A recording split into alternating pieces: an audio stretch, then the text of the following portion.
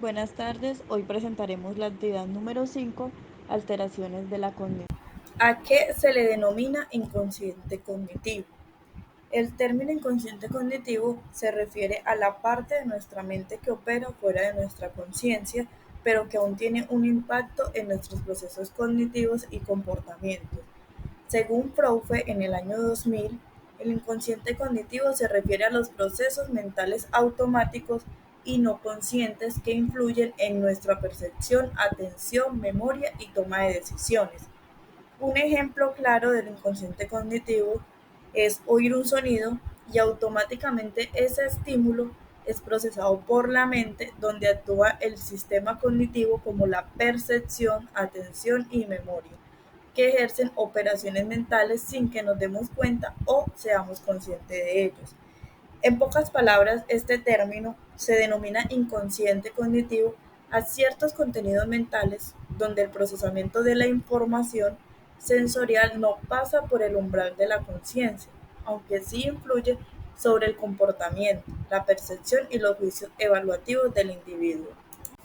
¿Qué es la negligencia atencional y qué tipos existen? Es una conducta que se produce después de una lesión cerebral y que implica una dificultad para orientarse, actuar o responder a un estímulo, que se presenta en el lado contralateral a la lesión cerebral. A continuación hablaremos de los tipos existentes. Entre los tipos de negligencia atencional encontramos la negligencia espacial unilateral, la cual es un desorden neurológico que hace que una persona que aparentemente tiene un grado de conciencia normal no pueda reconocer estímulos que estén a uno de los lados de su cuerpo. Por ejemplo, los pacientes que sufren de este tipo de negligencia olvidan completar la parte correspondiente de una tarea relacionada con el lado opuesto o donde se produjo la lesión. Un paciente afectado con este tipo de negligencia solo comería la mitad de un plato de comida. Negligencia personal hace referencia al déficit de conciencia del propio cuerpo situado en el lado opuesto de la lesión cerebral.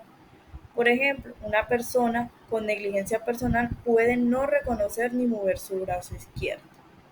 Cuando hablamos de negligencia motora, el paciente no responde a los estímulos, aunque es consciente de ellos y que no tiene problemas motores en la parte del cuerpo afectada.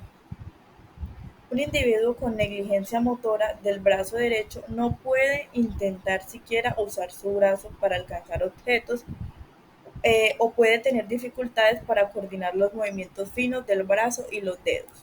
Negligencia atencional o sensorial. Este tipo de negligencia hace referencia a un déficit de conciencia de los estímulos situados en el lado contrario de la ubicación de la lesión que causa el déficit. Esta falta de atención puede producirse con distintas modalidades de estímulos, visuales, auditivos, táctiles.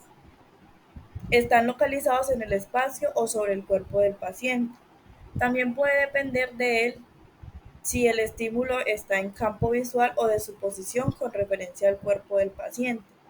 Ejemplo, una persona con negligencia sensorial en el lado izquierdo de su cuerpo no puede darse cuenta de su brazo izquierdo y por lo tanto puede tener dificultades para vestirse u otras tareas de ese lado del cuerpo.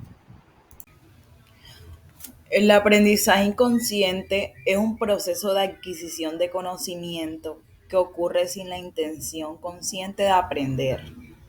Este tipo de aprendizaje se produce a través de la exposición a estímulos ambientales y puede ser influenciado por experiencias previas y emociones.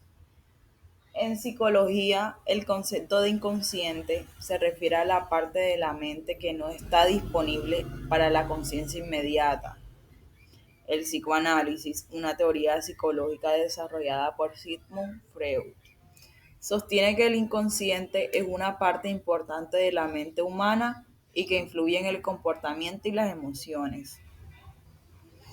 Algunos ejemplos de aprendizaje inconsciente incluyen el aprendizaje del lenguaje, la adquisición de habilidades motoras y la formación de asociaciones entre estímulos. En cuanto a ejemplos específicos del inconsciente, en psicología, Freud habló del aparato psíquico y dentro de él los conceptos de consciente, preconsciente e inconsciente. Los conceptos de inconsciente, según Freud, no siempre quedan del todo claros.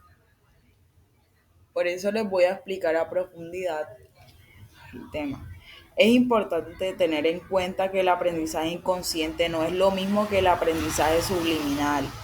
El aprendizaje subliminal se refiere a la adquisición de conocimiento a través de estímulos que son demasiado débiles o breves para ser percibidos conscientemente.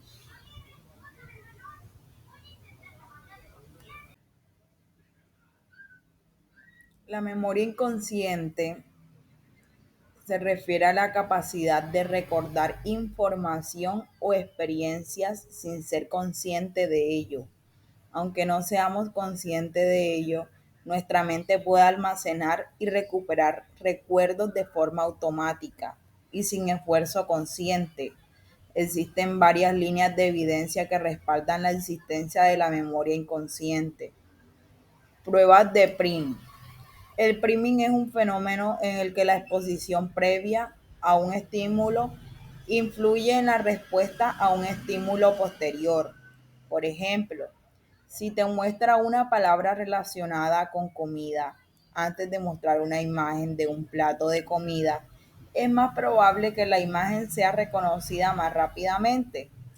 Esto sugiere que la información relacionada con la comida se ha almacenado en la memoria inconsciente y afecta nuestro procesamiento posterior. Está la amnesia disociativa. Algunas personas que han experimentado traumas o eventos estresantes pueden desarrollar amnesia disociativa, donde no pueden recordar conscientemente ciertos eventos o periodos de tiempo. Sin embargo, a través de técnicas como la hipnosis o la terapia, se ha demostrado que estos recuerdos pueden ser recuperados de la memoria inconsciente. Están los estudios de neuroimagen. Los estudios de neuroimagen, como la resonancia magnética funcional, han demostrado que incluso cuando no somos conscientes de recordar algo, se pueden observar patrones de actividad cerebral que indican la recuperación de la información almacenada en la memoria inconsciente. En resumen de todo esto, la memoria inconsciente es un fenómeno bien respaldado por la evidencia científica. Aunque no seamos conscientes de ello, nuestra mente es capaz de almacenar y recuperar recuerdos de forma automática sin esfuerzo consciente. En síndrome neuropsicológico, las disociaciones se refieren a la presencia de disociaciones que se presentan en un síndrome neuropsicológico de los que afectan la... Otras disociaciones presentes en un síndrome neurológico es la